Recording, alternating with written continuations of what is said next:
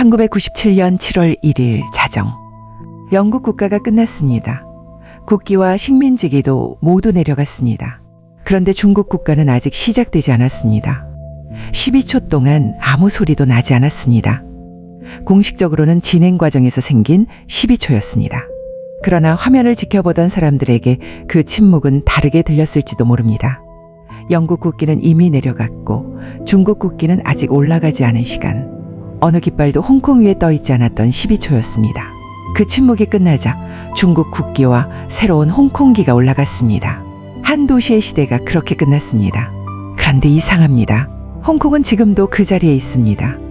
빌딩은 더 높아졌고 항구에는 여전히 배가 드나듭니다. 스타페리도 아직 빅토리아 항을 오갑니다. 인구는 그때보다 늘었고 도시는 여전히 부유합니다. 그런데 우리는 왜 그 도시가 사라졌다고 느끼는 걸까요? 이야기는 그날 밤보다 13년 앞선 1984년의 어느 서명식에서 시작됩니다. 1984년 홍콩의 미래가 종이 한 장에 적혔습니다. 이화에서 보았던 그 문서입니다. 기업들에게 그것은 계산이 가능해졌다는 뜻이었습니다. 그러나 개인에게는 조금 다르게 다가왔습니다. 사람들이 여권을 알아보기 시작했습니다. 처음에는 조용히 했습니다. 그러다 숫자가 움직이기 시작합니다. 1986년 1만 9천 명이던 이민자는 이듬해 3만 명, 1988년에는 4만 5천 명을 넘어섰습니다. 1990년대 초에는 해마다 6만 명 안팎이 도시를 떠났고 1992년에는 약 6만 6천 명으로 정점을 찍었습니다. 당시 홍콩 인구는 600만 명에 미치지 못했습니다. 이들이 주로 향한 곳은 캐나다와 호주, 미국 같은 영어권 국가였습니다. 캐나다와 호주는 영연방 국가였고 당시 숙련 인력과 투자 이민자를 받아들이는 제도도 갖추고 있었습니다. 떠나는 방식도 제각각이었습니다. 가족 전체가 짐을 싸는 경우도 있었지만 아내와 아이만 먼저 보내고 남편은 홍콩에 남아 돈을 버는 경우도 많았습니다. 이런 사람들에게는 우주비행사라는 별명이 붙었습니다. 태평양 위를 계속 오간다는 뜻이었습니다. 가족은 밴쿠버나 시드니에 있고 돈은 홍콩에서 벌었습니다. 아이의 졸업식에 참석하려고 10시간 넘게 비행기를 타는 아버지들이 생겼습니다. 떠난 사람들이 어떤 사람들이었는지를 보면 이 시기의 성격이 드러납니다. 1987년에 홍콩을 떠난 사람 가운데 약 19%가 대학 학위를 가지고 있었습니다. 이듬해에도 15% 안팎이었습니다. 그런데 당시 홍콩 전체 인구에서 학위 보유자는 4%도 되지 않았습니다. 무슨 뜻일까요? 떠날 수 있는 사람이 떠났다는 뜻입니다. 의사와 회계사와 엔지니어, 영어를 쓸 수 있고 자산을 옮길 수 있는 사람들이 먼저 움직였습니다. 사람만 떠난 것도 아니었습니다. 이민자들이 캐나다와 호주에서 주택과 사업체를 사들이면서 상당한 자금도 함께 홍콩 밖으로 움직였습니다. 그런데 여기서 한 가지 일이 벌어집니다. 영국은 홍콩 주민들이 영국 국민, 줄여서 BN이라는 신분을 등록할 수 있게 했습니다.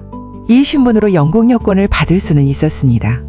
그러나 영국에서 자유롭게 살고 일할 권리까지 주어진 것은 아니었습니다. 표지에는 영국이라고 적혀 있었지만 영국에서 살고 일할 권리는 없었습니다. 여행과 제한적인 영사보호는 받을 수 있었지만 정작 홍콩을 떠나 영국에 정착할 수 있는 탈출구는 아니었습니다. 그러자 영국은 1990년에 별도의 제도를 만듭니다. 국적 선발 제도라 불린 이 방안은 홍콩에 남아있어야 할 핵심 인력 5만 명과 그 가족에게 완전한 영국 시민권을 주는 것이었습니다. 의사, 경찰, 공무원, 기술자처럼 도시가 돌아가는 데 필요한 사람들입니다. 목적은 분명했습니다. 붙잡아두기 위해서였습니다. 언제든 떠날 수 있다는 보장을 주면 오히려 떠나지 않는다는 계산이었습니다. 1차로 배정된 자리는 4만 3천여 명, 여기에 6만 6천여 명이 신청했습니다. 같은 도시에 살면서 어떤 사람은 그 자리를 얻었고 어떤 사람은 얻지 못했습니다.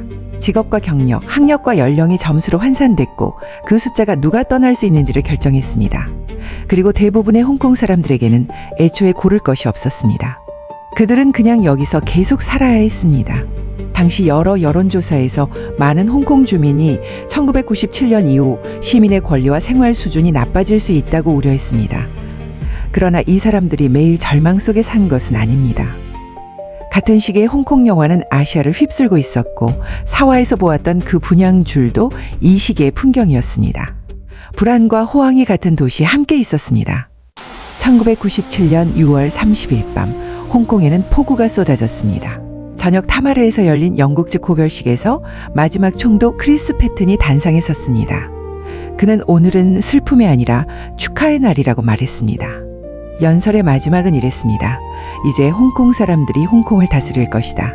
그것이 약속이며 흔들리지 않는 운명이라고. 빗소리에 연설이 잘 들리지 않을 정도였습니다. 시간이 흘러 자정이 가까워졌습니다. 컨벤션 센터에는 약 4,000명이 모였습니다. 그리고 우리가 프롤로그에서 들었던 그 12초가 지나갔습니다. 자정에서 15분 뒤 패튼과 찰스 왕세자를 태운 왕실 요트 브리타니아호가 빅토리아 항을 빠져나갔습니다.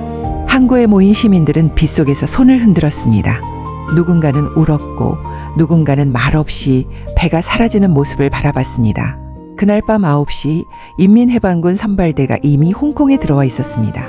자정에는 각 주둔지에서 국기가 교체됐고 다음날 오전 6시에 주력 부대가 국경을 넘어왔습니다. 장갑차와 군용 트럭이 젖은 도로를 지나는 장면이 텔레비전으로 전해졌습니다. 새 시대의 첫날이 밝았습니다. 그리고 7월 2일 방콕에서 소식이 날아옵니다. 태국 정부가 바트화를 더 이상 떠받칠 수 없다고 선언한 것입니다. 외환 보유고를 쏟아부어 환율을 지키려던 끝에 나온 항복이었습니다. 바트는 곧바로 15에서 20%가량 떨어졌습니다. 아시아 금융위기의 시작이었습니다. 7월 11일에는 필리핀 페소가 흔들렸고 7월 14일에는 말레이시아가 링깃 방어를 포기했습니다. 8월에는 인도네시아 루피아가 변동환율로 넘어갔습니다. 그리고 11월과 12월에는 한국 원화가 급락합니다. 두 사건 사이에 직접적인 인과관계는 없었습니다. 위기는 태국 금융기관의 부실과 과도한 외화 차입, 고정환율에 대한 불신에서 시작됐습니다.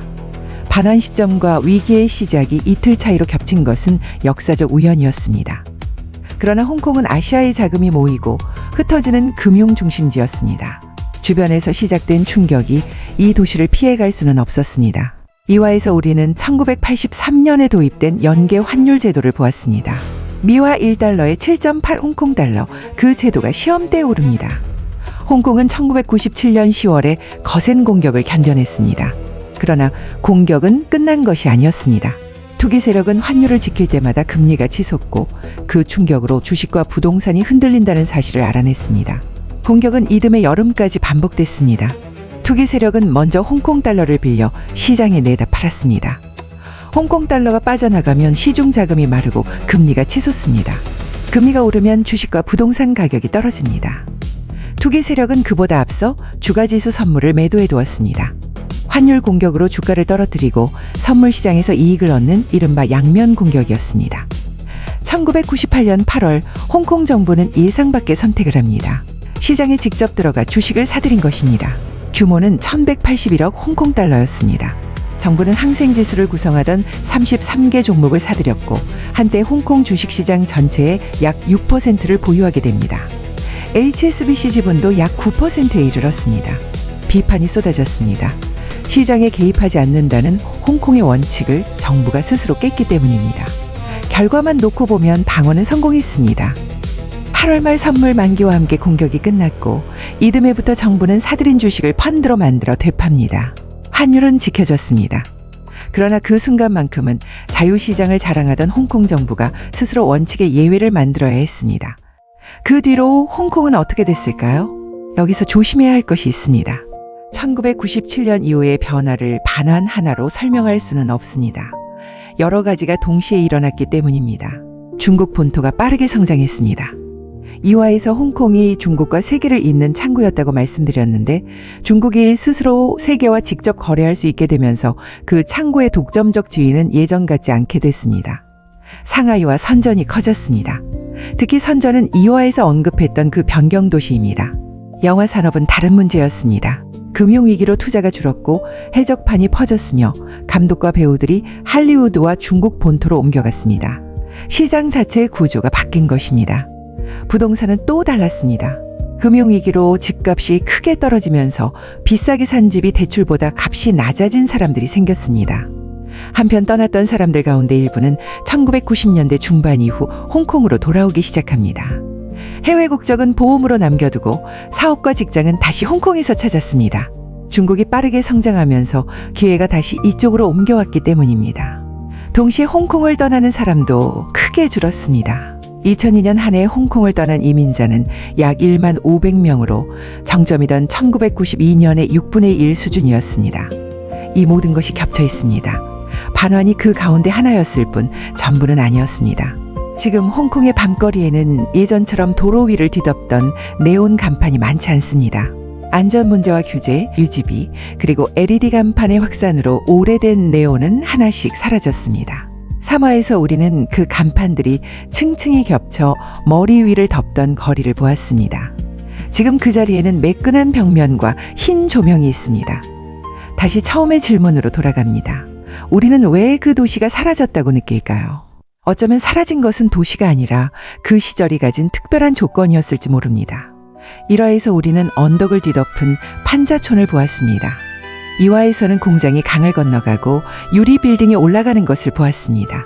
3화에서는 좁은 집에서 나와 네온 거리를 걷던 사람들을, 4화에서는 밤을 새워 줄을 서던 사람들을 보았습니다. 그 수십 년 동안 이 도시는 난민이 몰려든 가난한 우역항에서 세계의 돈이 지나가는 길목으로 변했습니다. 그런 변화가 한 세대 남짓한 시간에 벌어지는 것은 흔한 일이 아닙니다.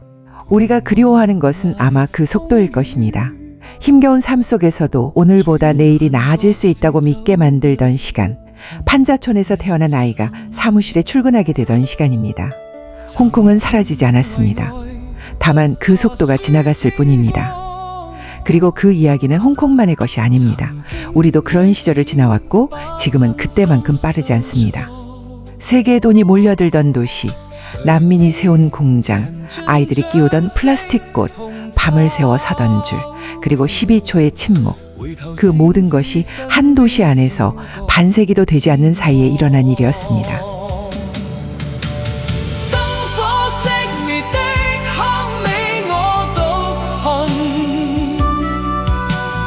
風吹舊夢像你